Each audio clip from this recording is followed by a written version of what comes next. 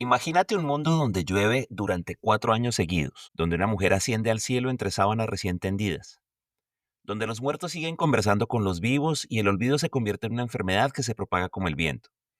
Un mundo donde la maravilla no interrumpe la realidad, la complementa. Ese es el territorio del realismo mágico, un estilo literario que no nació con Gabriel García Márquez, pero que encontró en él a su máximo exponente y a su voz más poderosa. El realismo mágico es en esencia una forma de contar el mundo desde la mirada de aquellos que no necesitan explicarlo todo con lógica, sino que aceptan lo extraordinario como parte de lo cotidiano. No se trata de escribir fantasía, sino de narrar la vida como la perciben quienes han crecido entre mitos, supersticiones, religiones múltiples y memorias heredadas, que a veces pesan más que los hechos.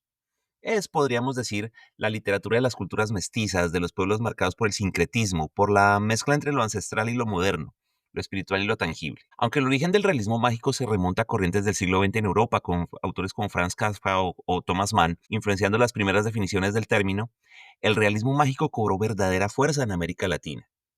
Aquí en este continente de cicatrices coloniales, de revoluciones truncas y dictaduras absurdas, lo insólito se volvió parte del paisaje, y ningún autor entendió eso mejor que García Márquez.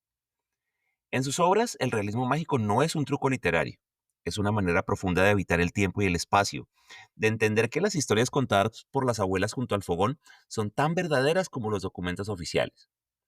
Es una manera de resistir la imposición de una sola mirada del mundo, y de reivindicar lo que se siente, lo que se sueña y lo que se recuerda, aunque desafíe las leyes de la física. Cuando le preguntaban a García Márquez por qué escribía cosas tan inverosímiles, él siempre respondía: la realidad de América Latina es mágica por sí misma. Yo no he hecho nada más que escribirla con honestidad.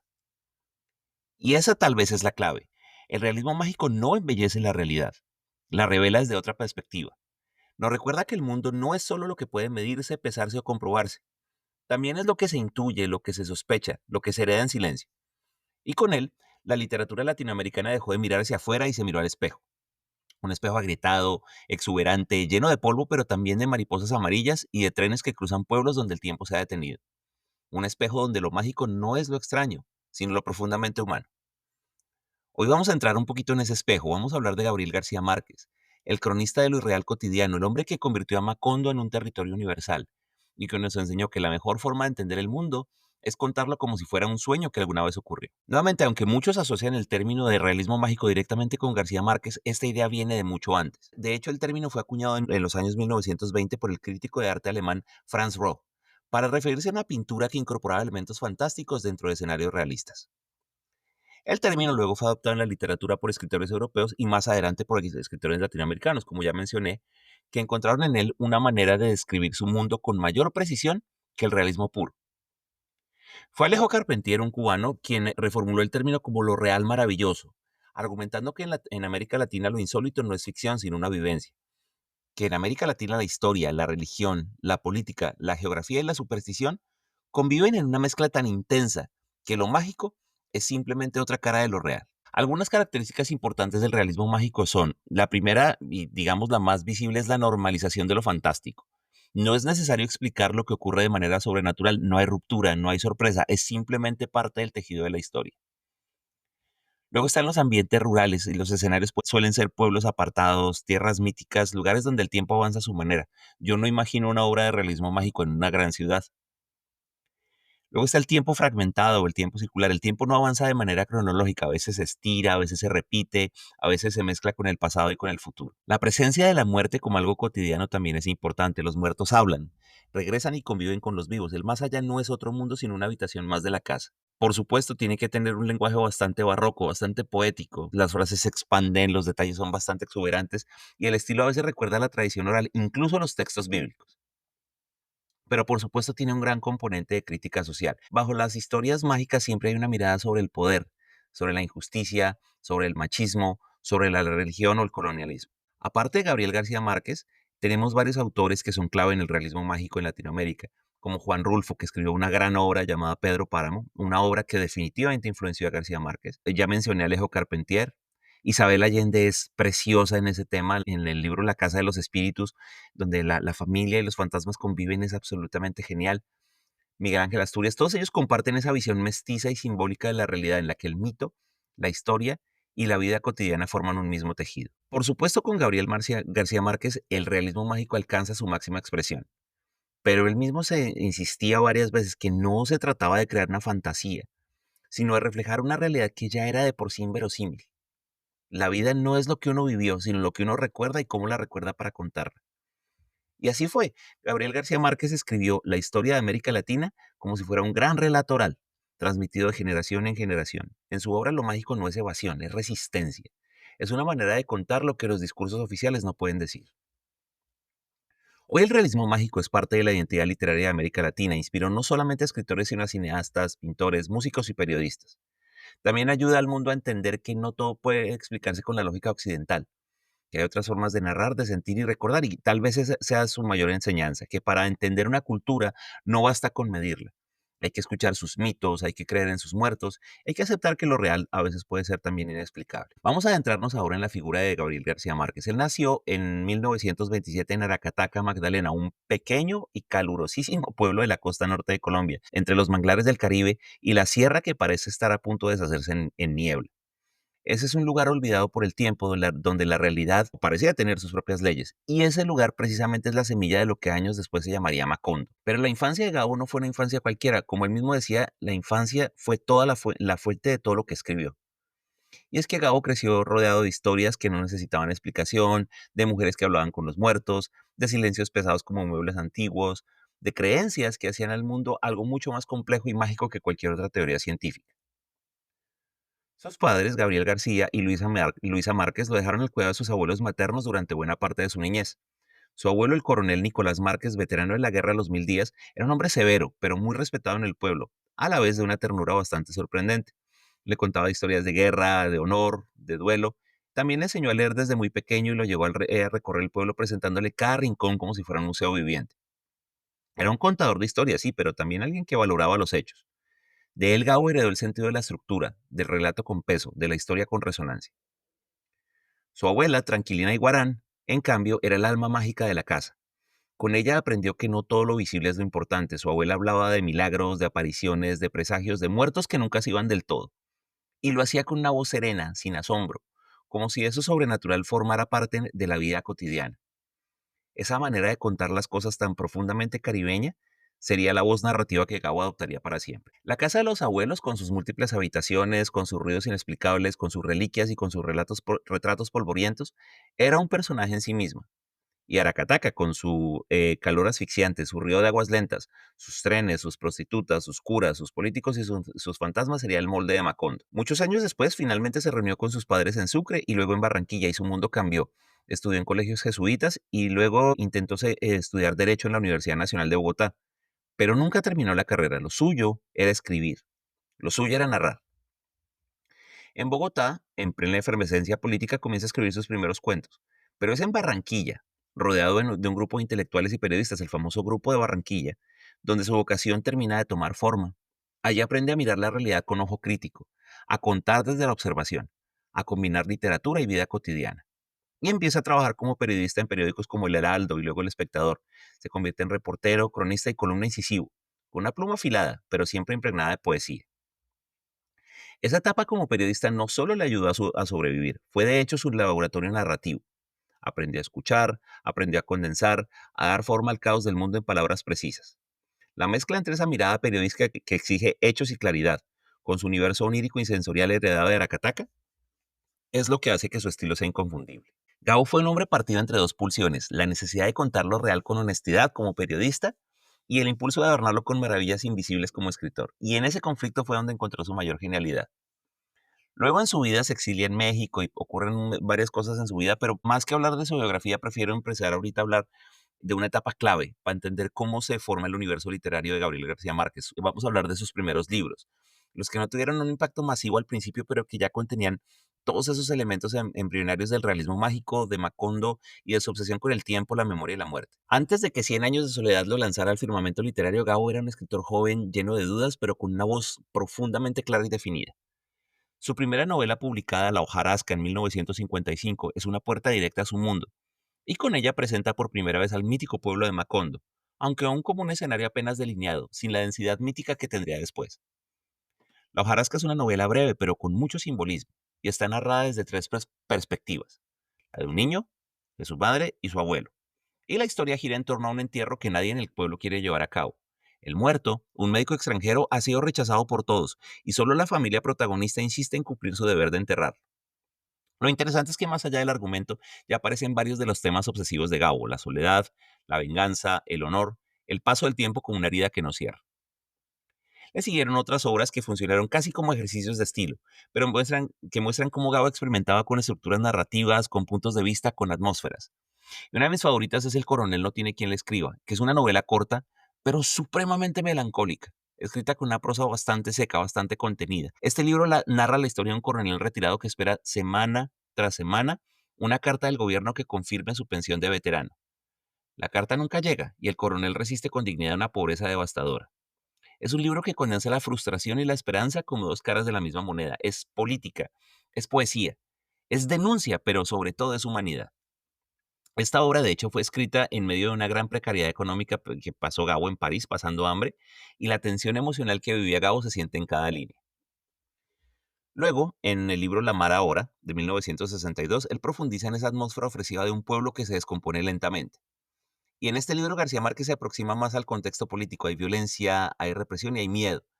En este relato el realismo mágico cede espacio a un realismo más duro, y sin embargo el peso simbólico de los hechos mantiene ese aire onírico característico. A Gabo esta novela no le gustaba, pero de hecho en ella se nota un poco más de madurez en su estilo. Luego, en Los funerales de la mamá grande, en 1962, es un conjunto de historias que representa uno de los pasos más grandes hacia 100 años de soledad. Aquí ya Macondo es más que un escenario, es un universo autónomo. En el cuento que le da nombre al libro, una matriarca muere y todo el país se paraliza para rendirle homenaje. Es una sátira feroz del poder y la idolatría, escrita con un lenguaje exuberante y cargado de ironía.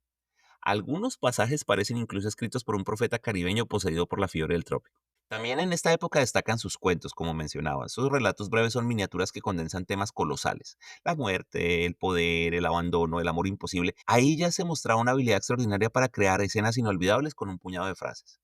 Esos cuentos son una parte esencial del universo literario de Gabo.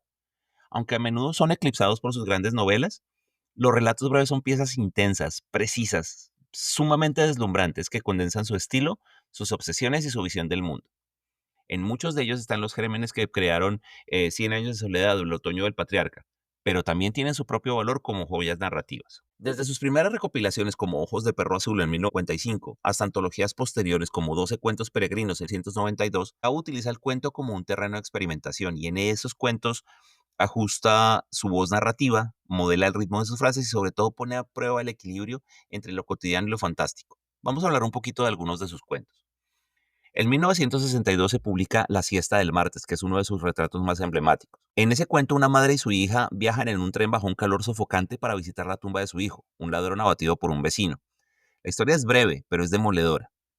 Con un lenguaje bastante seco, Gabo retrata el orgullo silencioso de los pobres, la indiferencia de la iglesia y la dignidad en medio de la vergüenza. Aquí no hay elementos mágicos, pero sí hay un realismo cargado de simbolismo y humanidad. Otro cuento se llama Un señor muy viejo con unas alas muy enormes, de 1968. Y este es bien interesante porque es un elemento mágico súper cotidiano. Es un ángel, simplemente viejo y mugroso, que cae del cielo a un patio trasero en medio de una tormenta. Y la familia que lo encuentra lo convierte en una atracción de feria.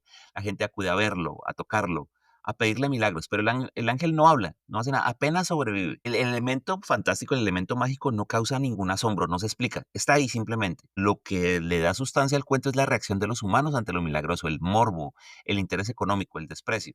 Y el ángel finalmente se va volando en silencio. El ahogado más hermoso del mundo es un cuento publicado en 1968 también y narra la historia de un cadáver que aparece arrastrado por el mar a la orilla de un pueblo costero.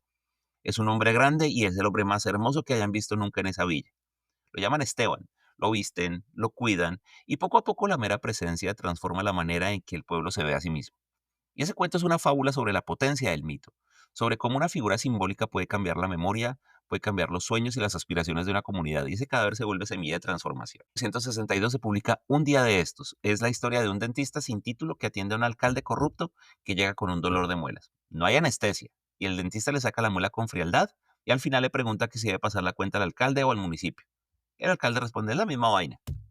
Este cuento es puro realismo político sin adornos, retrata el rencor silencioso de los ciudadanos frente al poder y al mismo tiempo la resignación frente al sistema. Gao fue un maestro en retratar ese clima tenso, a veces cómico, a veces trágico, que se vive bajo regímenes autoritarios. Y por supuesto no nos podemos ir sin mencionar Ojos de Perro Azul, que es uno de sus cuentos más oníricos, más experimentales. Un hombre y una mujer se encuentran en sueños, pero nunca logran encontrarse en la vida real. Ella escribe Ojos de Perro Azul por todas partes, esperando que algún día él la reconozca despierto. Este cuento es un ejemplo temprano del romanticismo melancólico que también atraviesa la obra de Gabo. El amor imposible, el deseo que habita los sueños, la repetición como condena, todos temas que luego aparecerán en El amor en los tiempos del cólera. En los cuentos de García Márquez el lenguaje es económico, pero es poético. Está cargado de imágenes memorables, descripciones mínimas, pero bastante precisas. El ritmo es pausado, con frases largas que fluyen como si fueran dichas en voz baja o por una abuela caribeña al borde de una hamaca. El tiempo suele ser circular, repetitivo, fragmentado, y lo fantástico no aparece como ruptura, se funde con lo cotidiano. Un tema bien importante aquí es que los cuentos están llenos de personajes femeninos profundamente simbólicos. Las mujeres son silenciosas, pero son poderosas. Son mártires, son santas, son fantasmas. Lo que une a todos estos libros es la construcción paulatina de un mundo narrativo coherente, con personajes que fácilmente podrían cruzarse entre novelas, con lugares recurrentes, con símbolos que se repiten como si estuvieran inscritos en el ADN de la región. Estos primeros textos fueron su taller privado, su campo de pruebas. En ellos ensayó formas, ensayó tonos, ensayó ritmos. Aprendí a comprimir lo político en lo íntimo y hacer de lo íntimo una metáfora de lo colectivo, y cada página era un paso más cerca de su gran obra. Y entonces llega un día en el que todo lo que había aprendido, todo lo que había oído, todo lo que había sufrido, todo lo que había amado se condensa en una sola frase que le vino a la cabeza mientras manejaba rumbo a Acapulco. Muchos años después, frente al pelotón de fusilamiento, el coronel Aureliano Buendía habría de recordar aquella tarde remota en que su padre lo llevó a conocer el hierro. Y con esa frase comenzó a escribir la novela que cambiaría para siempre la literatura en español. Llegamos al corazón palpitante de la obra de Gabriel García Márquez, Cien años de soledad. No es solo su novela más célebre, sino también uno de los libros más influyentes de la literatura en español y mundial. Es una epopeya familiar, un mito fundacional, una crítica política disfrazada de fábula y un mapa emocional del continente latinoamericano. Es sobre todo una lectura inagotable. Así nace Macondo. Es un pueblo perdido en la selva, aislado del mundo, fundado por José Arcadio Buendía y su esposa Úrsula Iguarán, tras una travesía casi bíblica en busca de un lugar donde comenzar de nuevo. Pero ese nuevo comienzo está marcado desde el principio por una maldición familiar, el incesto, la repetición y la fatalidad. A lo largo de 7 generaciones de Buendía, la novela cuenta una historia que es a la vez personal y colectiva, íntima y continental. La historia de una familia atrapada en sus propias pasiones, errores y nombres repetidos, en un mundo donde los muertos regresan, las vírgenes ascienden al cielo y el tiempo no avanza en línea recta, sino que gira en espiral. Toda la historia ocurre en Macondo y Macondo no es solamente el escenario, Macondo en sí mismo es un personaje, tiene clima, tiene memoria, tiene estados de ánimo. Es un lugar donde lo imposible ocurre sin asombro, donde llueven flores amarillas cuando muere alguien amado, donde hay plagas de insomnio que borran los recuerdos y donde el hielo es un descubrimiento tan asombroso como la existencia misma. Gabo no describe a un pueblo colombiano real, más bien describe a América Latina como un estado de ánimo, como una región atrapada entre el olvido y el asombro, entre la esperanza y el eterno retorno al caos. La historia de Macondo es la historia de los países latinoamericanos. Es fundación, es bonanza, es guerra civil, es luego olvido y ruina. La familia Buendía y la genealogía de la soledad, los Buendía en sí mismos son como muchos, pero todos parecen uno. Los nombres se repiten, son aurelianos, son José Arcadio, son amarantas, y con ellos se repiten los destinos. No es casualidad. Gabriel García Márquez quiso mostrar cómo los errores, los traumas y las pasiones se heredan como si fueran maldiciones genéticas. José Arcadio Buendía, por ejemplo, es el patriarca, es el soñador, es el obsesionado con la alquimia, con la ciencia y los misterios del universo, a tal nivel que acaba perdiendo la razón. Úrsula Iguarán, su esposa, es el alma de la familia, una mujer fuerte, práctica, que vive más de 100 años y trata de evitar que sus hijos se repitan como espejos. Pero definitivamente el personaje más complejo de esta obra es el coronel Aureliano Buendía. Es un poeta, es un guerrero, es un revolucionario condenado a fabricar pescaditos de oro mientras se consume la melancolía del fracaso político. Y así generación tras generación, los Buendías son atrapados por el destino de la soledad, esa forma de desconexión emocional que va más allá del aislamiento físico. A cada personaje en la obra busca algo, amor, poder, redención, pero lo hace en círculos, como si el tiempo no los dejara avanzar. Dentro de los temas centrales de la obra está la soledad. Es el tema rector, no es una tristeza romántica, sino un destino. La soledad es política, es familiar, es existencial, es el precio de negar el amor, de repetir el pasado, de vivir sin memoria. Luego está la repetición de la historia. Macondo repite sus errores. Las guerras vuelven, los amores se frustran, los hijos llevan los nombres de sus padres. El tiempo es un círculo fatal. Luego está la magia de lo cotidiano, en donde lo sobrenatural está narrado con naturalidad. Una mujer asciende al cielo entre sábanas y nadie se espanta. Un gitano muerto reaparece para conversar. Y por supuesto está el olvido. Hay una epidemia, de hecho, que borra los recuerdos, una casa donde los muertos siguen hablando, un manuscrito que solamente se puede leer al final. La memoria es lo único que puede romper el ciclo, pero siempre llega tarde. Y la novela culmina en un giro perfecto. Los manuscritos de Melquíades, el gitano místico, revelan que todo lo que ha ocurrido ya estaba escrito, que los Buendía estaban condenados a 100 años de soledad porque no supieron salir del ciclo de su historia. La última frase del libro dice, porque las estirpes condenadas a 100 años de soledad no tenían una segunda oportunidad sobre la tierra. Es un final brutal, poético, súper definitivo. El mundo de Macondo se borra del mapa, el viento lo arrasa. Solo queda el lector como último testigo. Cien años de soledad fue publicada en 1967 y cambió la historia de la literatura. Ha sido traducida a decenas de idiomas y consagró a García Márquez como el narrador más poderoso del boom latinoamericano, abriéndole el camino al Premio Nobel de Literatura en 1982. Pero más allá del reconocimiento, lo que logró demostrar fue que la política, la historia, los mitos y los fantasmas de América Latina pueden narrarse desde adentro, sin pedirle permiso a las formas literarias europeas, que el Caribe puede ser épico, puede ser trágico y puede ser universal. Gabo no escribió para deslumbrar, él escribió para recordar, para que no nos olvidemos que en América Latina hay pueblos donde el tiempo se detiene, donde los muertos regresan, donde el amor es capaz de esperar a 53 años, 7 meses y 11 días con sus noches, y donde lo imposible no necesita explicaciones. Leer a Gabo es como abrir una ventana a un mundo que no existe, y sin embargo se parece mucho al que vivimos todos los días. Es leer sobre una mujer que asciende al cielo mientras tienden las sábanas. Es pensar en nuestras abuelas. Es leer sobre coroneles que esperan cartas y pensar en nuestros padres. Es leer sobre guerras que no terminan nunca y pensar en nuestros países latinoamericanos. Sus libros no solo cuentan historias, nos devuelven una forma de mirar. Nos enseñan que en lo cotidiano hay prodigios, que la memoria es una forma de resistencia, que los silencios también hablan y que la soledad no siempre es abandono. A veces es destino, a veces es herencia, a veces es una elección. Gabo no fue solo un novelista, fue cronista, fue poeta, fue periodista.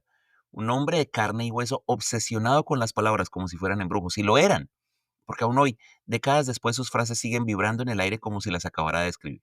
Si nunca leíste a Gabo, no importa por dónde empieces. Todo lo que escribió tiene el mismo pulso, el mismo color, la misma voz susurrando al oído. Pero si vas a empezar, que sea con calma, con tiempo. Leer a Gabo no es leer para avanzar, sino para quedarse viviendo en una frase, en una imagen, en un personaje que huele a almendras amargas o a flores de mayo. Y si ya lo leíste alguna vez, quizás sea el momento de volver, porque sus libros cambian con nosotros.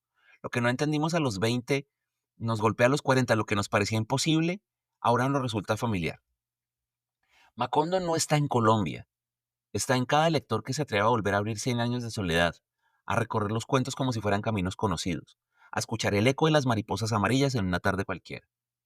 Así que cuando terminen de escuchar este episodio no busquen excusas, agarren un libro de Gabo, el que sea, empiecen a leerlo y déjense llevar por esa voz que mezcla la vida con sueño, la historia con mito, la tristeza con belleza.